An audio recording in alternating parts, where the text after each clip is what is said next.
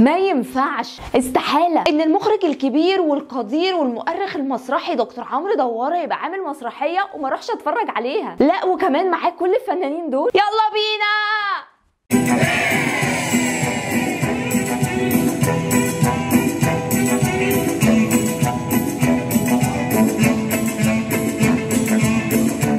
بقى احكي لي عن دورك اكتر. دور قمر. قمر هي بنت غجريه من اللي بيسرحوا وانت قاعده على البحر كده، تيجي تقول لك اشوف لك الكف، اشوف لك البخت، اطلع لك تطلع الودع كده وتحاول تقول لك حاجات عن حياتك. البنت دي بتبقى سارحه برضو، رايحه تشوف شغلها، بتلاقي شاب المفروض ان هو ابن وزير في رحله مع الجامعه بتاعته كليه فنون جميله، وبيقعد يرسم كتير دايما ملامح بنت نفسه يقابلها في حياته. فبيقعد يرسمها وبعد كده بيكتشف انه البنت دي الغجريه لما بتيجي تشوف له البخت بيلاقي نفس الملامح اللي طول عمره بيرسمها وبيتخيلها وحاسس انه في يوم من الايام هيقابلها، بيلاقي نفسه مقابلها كغجريه.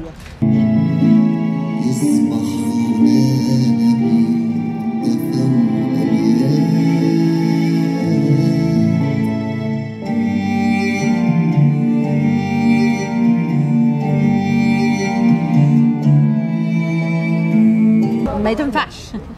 فهي برضو بالنسبه لها ما تنفعش، يعني هو بالنسبه له ما تنفعش عشان هي غجريه، انما هو برضو بالنسبه له ما تنفعش، هي بالنسبه لها ما ينفعش لانه اهلها غجر ما بيجوزوش من بره الغجر. يعني الغجر من عاداتهم وتقاليدهم ان هم دايما ما بيدخلوش حد غريب من بره، هو لازم من بعض عشان حياتهم ما تبقاش بره. بتبقى قصه حب مستحيله. طبع الغجر للخلايق كلهم معروف، أحرار ولا نخافش شيء في ملابس خوف، ونقول كلامنا بأدب ونخالف المألوف.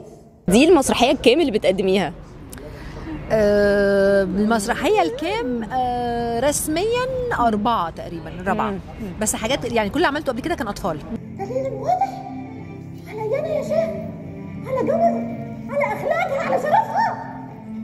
يا شيخ أنا ربايتك، أنا ربايتك شيخ الغجر. إحنا الغجر كتير عنا التقيم أمنا، الفم زالت عسل والمعنى في دمنا.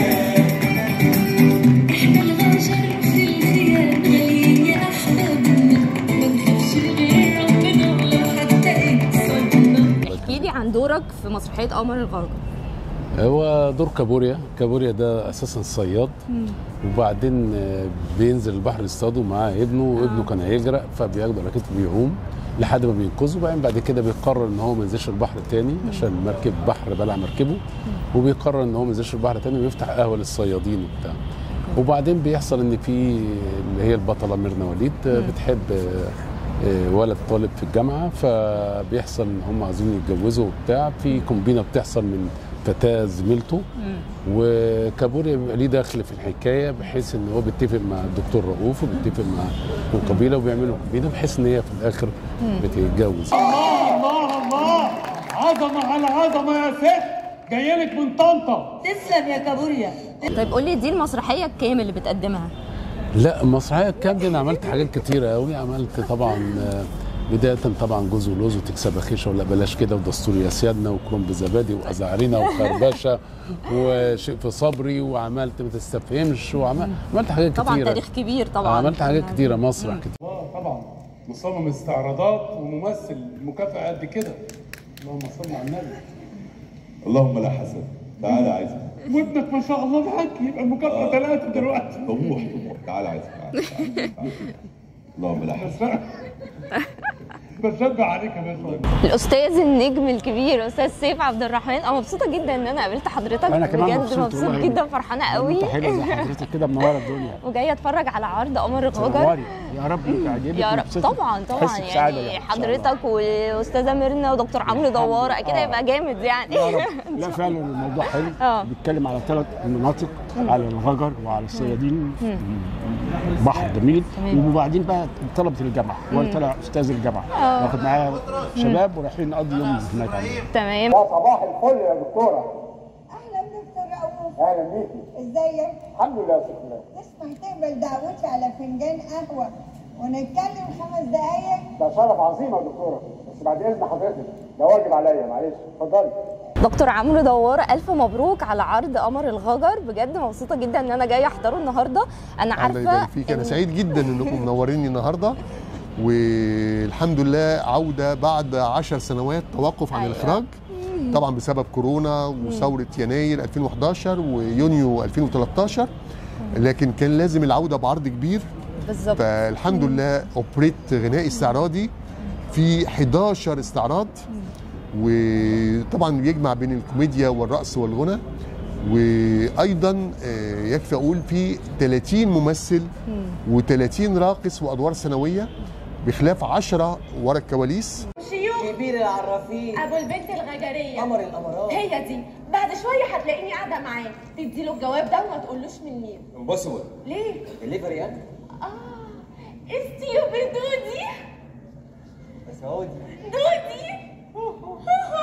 بعد شويه هتلاقيني قاعده معاه، تدي له الجواب ده وما تقولوش من مين، مفهوم؟ وبعتز جدا ان احنا اول عرض في الوطن العربي بيناقش او بيتناول الانتهاكات اللا انسانيه اللي بتحصل ضد اهل فلسطين في غزه، فتناولنا ده من خلال رد فعل قمر الغجريه ودكتوره وطفاء حمادي، ودي شخصيه حقيقيه اديبه لبنانيه واستاذه مسرح وناقده مهمه جدا وعروبيه وتعشق مصر، فبنشوف رد فعلها على هذه الاحداث، وايضا من خلال الطالب امير اللي هو طالب كليه فنون جميله في مشروع التخرج، بيمثل كل الطلبه طبعا زمايله في الجامعه. بس مش معقول، مش مصدق انت تحب.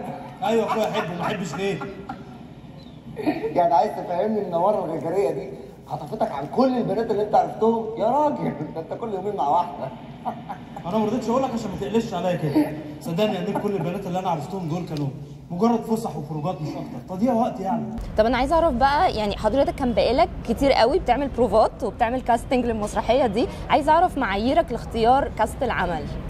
الحقيقه انا بختار دايما النص اللي مناسب للفرقه المناسبه، فلما اقول قمر الغجر اوبريت للفرقه الغنائيه الاستعراضيه بيهمني جدا اولا يبقى عندي الممثل الشامل اللي يرقص ويغني ويمثل، ويمكن افضل مثال ميرنا وليد بطلة العرض وعلاء حسني، الاثنين الحقيقه فيهم هذه الامكانيات الجميله، بالاضافه توظيف اعضاء الفرقه عندي كمطربين، عندي في مطربين الغجر نهله خليل الصوت الجميل قوي خطيره وفعلا خطيره، ويكفي اقول انها بتغني مباشره كل ليله بدون فرقه موسيقيه، ومعايا مطرب الغجر ايضا بهجت لطفي، بالاضافه لمطرب الصيادين محمد نيازي. لما العين تشوف حبيبي تقول له ولا تخشاش رقيب، بعيد وصالك ولا قريب، ويوم الوعد نشوفك. الاستاذ محمد زينب مصمم استعراضات قمر الغجر وكمان بتمثل، صح كده؟ صح تمام كده. نتكلم عن الاول الاستعراضات، كلمني بقى عن الاستعراضات المسرحيه، كانت سهله كانت صعبه، صممتها ازاي؟ انا اولا اعرفك عن نفسي، انا محمد زينهم مدرب فرقه رضا الفنون الشعبيه، وعضو من اعضاء الفرقه من موجود من 89. اشتركت اول حاجه في المسرحيه قمر الغجر، الدكتور عمرو دوارة جابني كممثل. كان في احد الاصدقاء هو اللي كان بيصمم الاستعراض، فحصل ظرف ما فاعتذر، فقال لي معلش انا بقى محتاجك جدا جنبي تصمم الاستعراضات. فربنا وفقني، انا اللي نفعني اكتر ان انا كنت قاعد مع الدكتور عمرو في بروفات الترابيزه، بحكم ان انا ممثل في الموضوع، فكنت شايف كل الشخصيات، شايف ابعاد كل شخصيه. فلما اسند ليا ان انا اصمم الاستعراضات بقى الموضوع واضح قصادي. بس طبعا احتجت ان اقعد اتكلم مع الدكتور عمرو، احنا عايزين نخرج من العمل دهوت بان الموضوع يبقى فيه تناغم.